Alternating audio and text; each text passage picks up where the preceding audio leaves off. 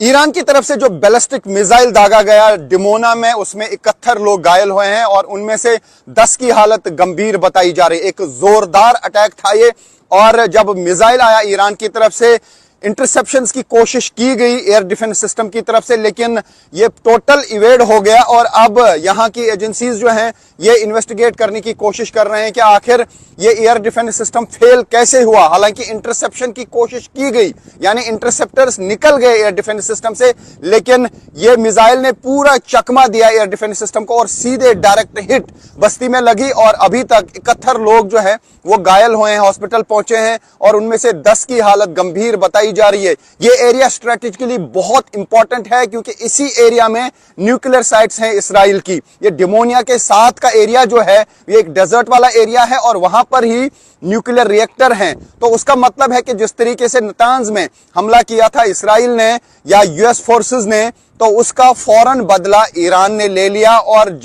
जिस एरिया में इसराइल की न्यूक्लियर रिएक्टर है, न्यूक्लियर साइट्स हैं, उसी एरिया तक मिसाइल पहुंचाया गया। हालांकि ये न्यूक्लियर साइट पे नहीं लगा, लेकिन उसी एरिया में एक जगह निशाना डायरेक्ट लगा, और ये डायरेक्ट हिट है और पूरी तबाही इस एरिया में हुई है, और 71 लोगों के घायल होने की अभी तक खबर है। उसका मतलब है कि ईरान की तरफ से जोरदार अटैक्स लगातार किए जा रहे हैं। जिस तरीके से यूएस या इसराइल कह रहा था कि ईरान की कैपेबिलिटी खत्म हो गई है, लेकिन ईरान ने फौरन कुछ ही घंटों में अपने न्यूक्लियर साइट के अटैक का बदला लिया। उसका मतलब है अभी भी बहुत ज्यादा कैपेबिलिटी ईरान के पास है, और ईरान लगातार डट के मुकाबला कर रहा है।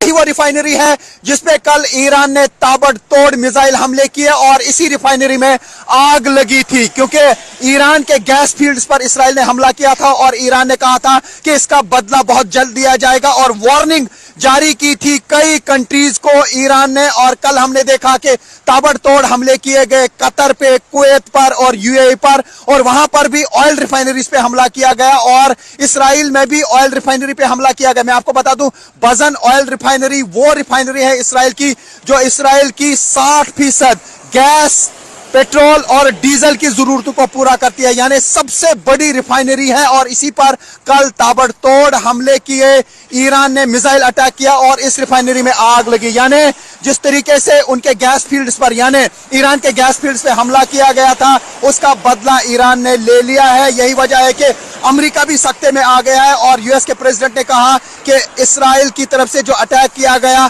उसमें यूएस फोर्सेस शामिल नहीं थे। तो ये आप देख सकते हैं एक बहुत बड़ी रिफाइनरी है, और यहां से ही गैस, पेट्रोल, डीजल और बाकी प्रोडक्ट्स जो हैं वो सप्लाई होते हैं पूरे इसराइल को।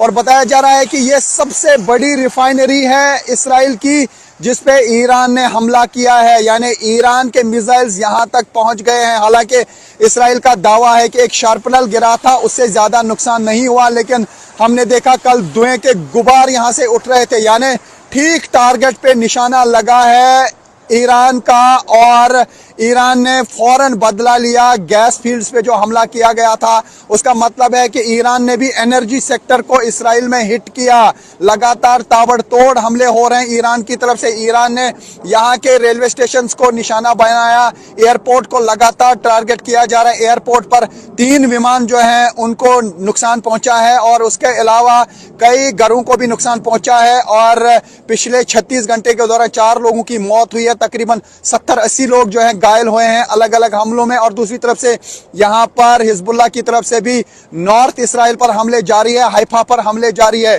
तो ये है हाइफा की वो ऑयल रिफाइनरी, बजन ऑयल रिफाइनरी, जिसपे ईरान ने ताबड़तोड़ हमले किए और इस रिफाइनरी को नुकसान पहुंचाया, और खास तौर से ये मैसेज देने की कोशिश की कि वो भी हमला कर सकते हैं एनर्जी सेक्टर पर। तो फिलहाल ऐसा लगता है कि शायद यूएस और इसराइल की तरफ से अब ईरान के एनर्जी सेक्टर या ऑयल सेक्टर या गैस सेक्टर को निशाना नहीं बनाया जाएगा। जिस तरीके से ताबड़तोड़ हमले कल ईरान ने मिडल ईस्ट की कई कंट्रीज पे की, खास तौर से यहाँ कतर में, कुवैत में और दुबई में हमले किए गए, और उसके बाद शाम को यहाँ इस बजन ऑयल रिफाइनरी पे भी हमला किया गया है। तो फिलहाल पूरे मिडल ईस्ट में सिचुएशन बड़ी क्रिटिकल है और लगातार हमले हो रहे हैं। तो इसराइल और ईरान के दरमियान युद्ध जारी है, लेकिन इस युद्ध के बीच ऐसा लगता है कि शायद अब ईरान में एनर्जी सेक्टर को टारगेट नहीं किया जाएगा, क्योंकि जब वहां के गैस फील्ड्स पे हमला किया गया तो ईरान ने जोरदार पलटवार किया, न सिर्फ इसराइल की इस रिफाइनरी पे बल्कि कतर, कुवैत, दुबई में लगातार हमले करके प्रेशर में आ गया है यूएस भी और इसराइल भी। यही वजह है कि अब यूएस और इसराइल की तरफ से शायद ईरान के एनर्जी सेक्टर को निशाना नहीं बनाया जाएगा, लेकिन युद्ध का सिलसिला लगातार जारी है। Rifat Abdullah, news 18 India, Israel. और इसी रिफाइनरी पे कल अटैक किया था ईरान ने मिसाइल से और यहां पे आग लगी थी। मैं दिखाने की कोशिश करूंगा इस वक्त इस रिफाइनरी के अंदर क्या हाल है, लेकिन उससे पहले मैं आपको बता दूं ये वो रिफाइनरी है जो 50 से 60% इसराइल की तेल की जरूरतों और गैस की जरूरतों को पूरा करती है, यानी एक बड़ा अटैक है ये। तो आप देख सकते हैं यहां अभी भी धुआं उठ रहा है और ये बजन रिफाइनरी है,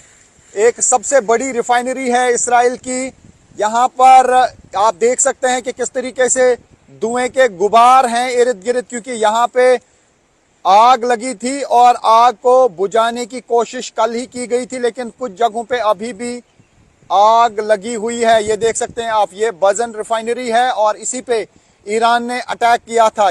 तो ये आप न्यूज़ 18 इंडिया पे एक्सक्लूसिव विजुअल देख सकते हैं, ये बजन रिफाइनरी है। तो ये आप देख सकते हैं ये ऑयल रिफाइनरी कंपनी का बजन ग्रुप है और ये आप देख सकते हैं कि किस तरीके से इसके अंदर अभी भी आग लगी हुई है, अभी आग जल रही है कई जगहों पे।